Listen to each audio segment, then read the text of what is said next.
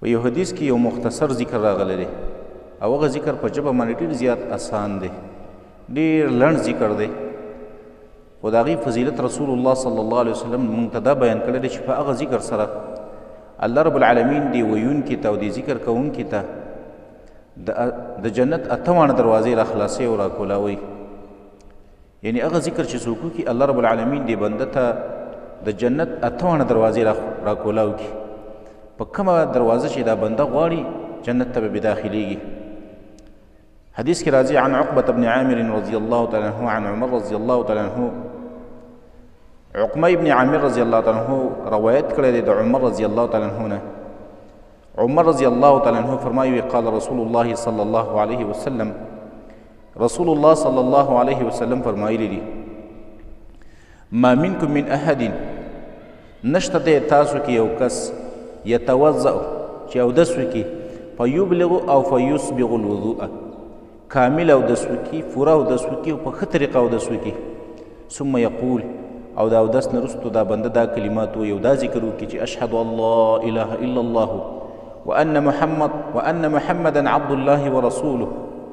نو حدیث کې راځي رسول الله صلی الله علیه وسلم فرمایي الا فتحت له ابواب الجنة الثمانیه، دې بنده ته الله رب العالمین د جنت 58 دروازې را کولاو کړي او را خلاصې کړي.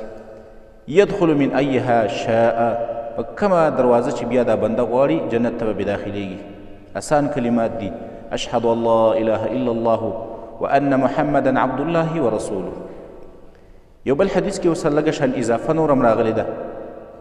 عمر رضی الله تعالی عنه دغه حدیث دی، عمر رضی الله تعالی عنه فرمایي وی رسول الله صلی الله علیه وسلم فرمایلی دي من توضأ فاحسن الوضوء، څوک چې اودس وکړي او مزیدار اودس وکړي، ښایسته اودس وکړي، په ښه شان یې وکړي. ثم قال او بیا دا بنده داسې ووایي د دې اودس کولو نه وروسته دا ذکر وکړي چې اشهد ان لا اله الا الله وحده لا شریک له واشهد ان محمدا عبد الله ورسوله اللهم اجعلني من التوابین واجعلني من المتطهرین.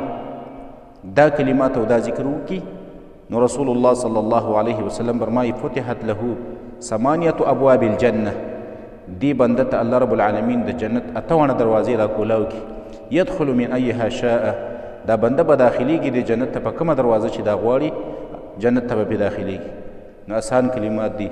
د ورځې موږ کم از کم 5 منځونه دي، 3 ټیمه یا 5 ټیمه یا 4 ټیمه اودس کوو او د اودس نه وروسته دغه مختصر شان کلماتو الله رب العالمین فی موږ او تاسو ته د جنت 58 دروازې را خلاصوي. د الله په قانون کې ډېره زیاته ارزاني ده. په معمولي اذکارو باندې، په معمولي اعمالو باندې الله رب العالمین موږ ته ډېر لوی مقامونه راکوي، لوی درجات راکوي، لوی درجو ته موږ الله رب العالمین رسوي چې موږ او تاسو دا معمول جوړ کړو، عادت یې جوړ کړو چې د هر اودس نه وروسته موږ دغه کلمات او دغه ذکر ویو. انشاءالله الله رب العالمین هم دا امید دی چې په دغه ذکر سره څنګه چې رسول الله صلی الله علیه وسلم فرمایلی دي الله رب العالمین به موږ ته په جنت 58 دروازې را خلاصوي.